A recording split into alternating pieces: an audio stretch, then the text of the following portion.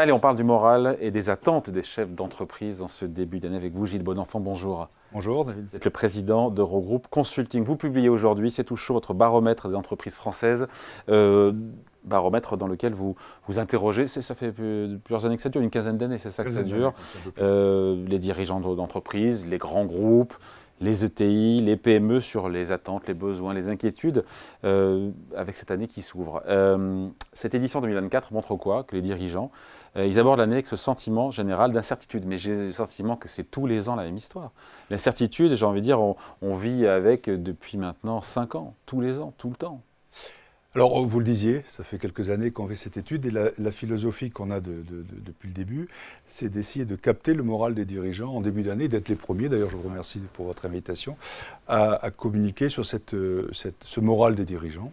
Sachant que cette année, on a élargi notre partenariat avec CCI France, on a un regard à la fois des chefs d'entreprise, grandes entreprises, grosses ETI, et puis également des PME. Alors non, c'est pas toujours la même chose. Non, mais l'incertitude, on ne vit pas avec la certitude quand on est dirigeant maintenant depuis écoutez, la crise Covid. Il y a eu la guerre, post-Covid, si je fais un tout petit retour arrière, en 2022, donc même période, on publiait l'indice, et là on sentait dans les retours des dirigeants un enthousiasme. Ouais. On avait, entre guillemets, digéré la Covid, on avait reconstitué du BFR et les dirigeants, début 2022, se lançaient dans une bataille avec une volonté d'investir, une volonté de recruter, une volonté. Et puis, février 2022, guerre en Ukraine, les incertitudes d'abord géopolitiques, mais également des impacts directs sur les entreprises, en particulier liés au coût de l'énergie. On fait qu'en 2023, donc je vous refais un petit peu d'historique, on se retrouve dans un truc où les dirigeants étaient dans l'expectative. Et aujourd'hui, on dit l'incertitude parce qu'ils ont des fondamentaux. D'ailleurs, on reviendra peut-être sur les grands défis de l'année, les grandes priorités. Ils ont des fondamentaux, ils auront fabriqué du BFR.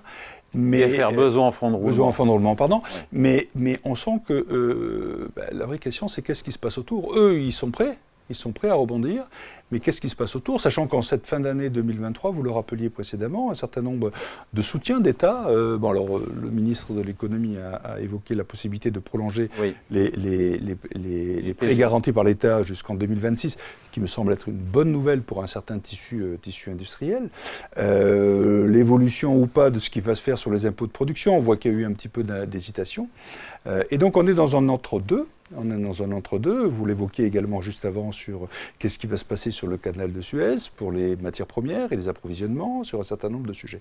Donc on est dans une incertitude parce que si les choses vont pas trop mal, je pense que notre économie française est prête à rebondir. Et nos chefs d'entreprise sont prêts à rebondir. Si les choses s'enchaînent d'une certaine façon, on ne sait pas ce que ça va devenir. Donc ils sont dans quelle psychologie alors, les dirigeants? Alors il y a plusieurs sujets. D'abord, ce qu'il faut regarder, c'est finalement quelles sont leurs grandes priorités. Je crois que c'est ça qui est fondamental. Ils ont appris des crises passées. Je reviens sur mon sujet de besoin en fonds de roulement. Ils ont appris que quand on a de la liquidité, on est capable d'affronter un certain nombre de crises. Ils ont constitué de la liquidité pour une part d'entre eux. On reviendra peut-être sur les... Il y a eu un effet retard sur les dépôts de bilan. On est en train de les voir maintenant parce que toutes les aides ont été apportées. Mais donc il y a un vrai sujet, une vraie priorité qui s'appelle la rentabilité. Parce que c'est la seule façon de tenir le cap si ça tape fort. Ou si au contraire les opportunités se saisissent pour pouvoir investir. C'est une année où on mesure dans ce paramètre 4 grands sujets. L'investissement, la rentabilité, les effectifs, et on mesure cette logique-là en comparaison de la France et de l'international. C'est la première année où finalement sur l'ensemble de ces éléments-là, on se retrouve quasiment comme en 2012. Donc ça c'est intéressant à regarder. Donc prudence, volonté de rentabilité. Ils ont les uns et les autres une vision, que ce soit ETI ou PME, sur une rentabilité probable en 2024 qui ne sera pas si mauvaise que ça. Ils savent qu'ils doivent garder ce point-là, c'est leur priorité absolue. Et sur le reste, c'est un petit peu prudence et attente. On a essayé de mesurer la différence entre les PME et les grands groupes. Oui, c'était ma question, savoir si finalement... C'est assez équivalent, sauf sur un sujet, c'est sur les effectifs, où en fait on avait vu une décrue très forte l'année dernière. Et là, les grands groupes sont plutôt dans une logique de reprise sur le recrutement, alors que les PME restent encore prudentes.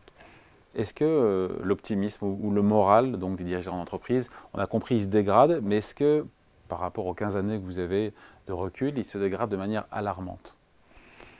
Alors, il y a deux façons. Je reviens sur 2022, pardon, parce que c'était un repère. À l'époque, c'était aux périodes de Covid du variant Delta. On se disait, mais le moral des entreprises est aussi fort que ça. On s'interrogeait. Quand on regarde depuis 2022, on a perdu à peu près 20% au sens de cet optimisme-là. Mais il est encore bon, globalement. Il y a encore des ressorts. Vous faisiez référence, je suis président d'Europe Consulting dans le cabinet de conseil d'origine française, mais j'observe chez nos clients.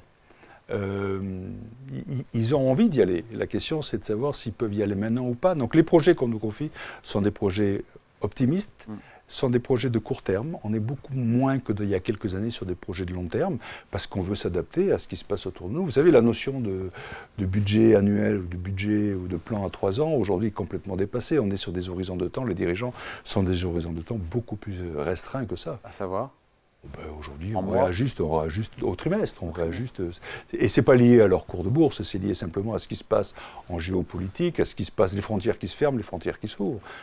Regardez ce qui se passe en l'espace d'1 mois et demi sur le canal de Suez. Ouais. Donc ça, c'est un sujet. Donc grande priorité, l'économie. Et l'inflation, et qu'est-ce qu'ils nous disent? Est-ce qu'ils sont inquiets? Parce que l'inflation a quand même beaucoup baissé depuis un an, on a été quasiment divisé par 2. Est-ce que c'est le tassement aussi de l'activité au niveau macro? On voit bien qu'il y a une stagnation de l'économie française depuis maintenant plusieurs mois. Oui, sachant qu'on peut regarder l'inflation et on peut regarder l'économie française, on peut aussi se comparer à nos voisins européens. En gros, on n'a pas à rougir. On n'a pas à rougir, au contraire. Et d'ailleurs, le gouvernement a mis en place un certain nombre de mesures. Donc, je pense que globalement, on s'en sort plutôt pas trop mal. Pardon de le dire comme ça. Et c'est toujours un sujet compliqué quand on parle d'inflation, mais on s'en sort pas mal. La vraie question, c'est est-ce que les taux d'intérêt vont enfin un peu baisser? C'est le cas depuis plusieurs semaines. Sur les taux d'intérêt à 10 ans. Oui, bien sûr, mais parce qu'il y a toute une économie à relancer. Tant qu'on ne relance pas l'achat immobilier, tant qu'on ne relance pas le logement, on sait très bien que c'est un effet retard qui est absolument incroyable sur l'économie. Donc on manque de logements en France. Aujourd'hui, on est complètement... Et ça, il faut le relancer. Dans l'étude qu'on fait, on regarde plusieurs choses. Donc, quelles sont les priorités? Je l'évoquais à l'instant, rentabilité financière. Et puis, il y a des sujets d'actualité qu'on met sur la table. Et il y a des sujets, peut-être un peu d'inquiétude pour moi par rapport à une vision moyen-long terme ou court terme. Moyen-long terme, je trouve que sur les sujets de transition écologique ou de sujets, par exemple, liés à l'IA, je trouve que les décideurs ne sont pas assez à la manœuvre. Alors, je comprends qu'ils ont beaucoup de priorités à gérer, mais c'est un vrai sujet. Dans le sondage qu'on a fait, c'est peut-être un élément de distinction entre les PME et les grands groupes. Seulement 58% des grands groupes se sont investis au travers de l'IA comme un levier de compétitivité. Et je dis seulement 58%. Quand on pense que ça va toucher 30 à 40% des fonctions de l'entreprise, on dit qu'il y a quand même un décalage. 61% des PME ne se sentent pas concernés par l'IA. Et ça, c'est quelque chose qui, pour moi, alors le CES de Las Vegas ouvre aujourd'hui, c'est très B2C, le CES de Las Vegas, en tout cas ce qui est montré au titre de l'IA, mais on voit bien que c'est des sujets sur lesquels ça va vite. Enfin, je veux dire, mais c'est normal que les grands groupes, quelque part, ouvrent la voie et qu'après Servicel... Oui, mais que 58%, c'est quand même assez faible pour les grands groupes. Ouais. Souvenons-nous, il y a 14 mois, ChatGPT, on découvrait ChatGPT, regardez les mouvements, l'évolution et l'impact que ça a pu avoir en l'espace de 14 mois.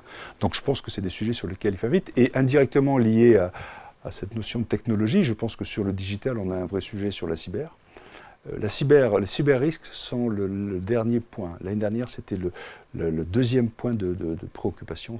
Donc, j'ai attention parce qu'il y a de vrais sujets là-dessus. Et puis, il y a un sujet de fond, qui est la transition écologique, sur lequel on a simplement 14% des dirigeants qui se sentent réellement concernés. Donc, si on enlève la part réglementaire, on se dit que c'est encore un sujet à traiter pour de vrai et en profondeur. Gilles Bonenfant, comment est-ce que les chefs d'entreprise peuvent retrouver la confiance, plus de confiance dans ce contexte qui est compliqué d'incertitude géopolitique, monétaire, économique, inflationniste, etc. etc. Alors moi, je suis un éternel optimiste, donc je pense que les chefs d'entreprise, vous le disiez tout à l'heure, un chef d'entreprise doit trouver cette dynamique-là. Je vais donner un éclairage qui n'est peut-être pas rassurant, mais qui est quand même intéressant aussi à prendre en compte dans le cadre de ce qui s'est passé en l'espace de quelques années. Post-Covid, on faisait la même enquête, 80% des dirigeants souligner l'engagement, la confiance, pourquoi on avait passé cette crise Covid, c'est à cause et grâce aux collaborateurs et à leur engagement. Aujourd'hui, 40% des dirigeants se sentent préoccupés par l'engagement des collaborateurs. Et donc ce switch en très peu de temps est quand même assez inquiétant. Alors, une façon de répondre à votre question, comment les dirigeants peuvent... Ben, je pense que plus ils auront autour d'eux des équipes qui se sentiront engagées, qui seront prêts à être actifs, réactifs, parce qu'on va être de plus en plus sur des logiques de court terme, où il va falloir changer l'orientation stratégique. C'est-à-dire que finalement, on navigue pas la petite semaine, mais qu'il y a cette temporalité qui s'est rétrécie considérablement. Oui, mais à la fin, on a appris à le faire. Si vous voulez, quand on regarde les crises passées, il y en a eu quelques-unes, j'allais dire les dirigeants des entreprises françaises, mais également les gouvernements, n'étaient pas à l'époque aussi vifs en mesure, en action. Objectivement, ce qui a été fait au moment de la Covid, ou ce qui a été fait au moment de la crise énergétique par le gouvernement, mais la façon dont les chefs d'entreprise ont pris en compte ces sujets-là, la réaction qui a été faite a été extrêmement rapide. Ils ont refabriqué de la capacité d'investissement, de la capacité à recruter, de la capacité à former. Et donc, on a appris de tout ça une notion qui est différente, qui est la notion du temps, qui nous permet de réagir vite. Maintenant, on est obligé de vivre au travers des crises qui se passent autour de nous. Et aujourd'hui, les crises géopolitiques... Oui, mais qui accaparent toute l'attention, l'énergie, au détriment aussi des grands sujets structurels, à savoir notamment la transition écologique. Et pas seulement ça, d'ailleurs. Oui, c'est vrai. Mais par ailleurs, je pense que les dirigeants... aujourd'hui, on a traité peut-être la logique de transition écologique beaucoup au travers de la crise énergétique. Ouais. Je pense que le vrai sujet dépasse largement ça. Pour croiser beaucoup de dirigeants, c'est quand même dans l'agenda des dirigeants. Avant de se quitter, juste, je voulais vous faire réagir, vous en avez parlé indirectement, Gilles Bonenfant, sur les défaillances d'entreprises qui sont reparties. On a eu les chiffres vendredi, quand même vivement à la hausse, plus 34% selon la Banque de France. Est-ce qu'on ne s'inquiète pas plus que ça, parce qu'on assiste quelque part à un phénomène de rattrapage, ou est-ce qu'on se dit que la vague des défaillances va continuer de monter cette année? Vous avez raison de rappeler que Bruno Le Maire a annoncé la prolongation pour 3 ans, jusqu'en 2026, pour pouvoir repousser à l'amiable, on va dire ça simplement, avec les banques, les remboursements des prêts garantis par l'État. Ça nous renvoie effectivement à la crise Covid. Alors moi, je crois qu'il y a un effet rattrapage. Et il est clair que dans cette période d'aide et de soutien de l'État, l'État a soutenu toute l'économie. Et il fallait probablement le faire comme ça. La vraie question aujourd'hui, c'est comment on est plus ciblé, comment le plan 2030, puisqu'on peut parler de ces logiques-là, comment il est ciblé avec une juste répartition entre les entreprises de taille intermédiaire et les grands groupes. Donc je crois qu'on pourrait vivre une année 2024 en fonction de ce phénomène, l'incertitude que j'évoquais, où malheureusement l'année va être difficile. Donc en fonction de ce qui se passe, on pourrait vivre un toboggan plus large sur les défaillances d'entreprises.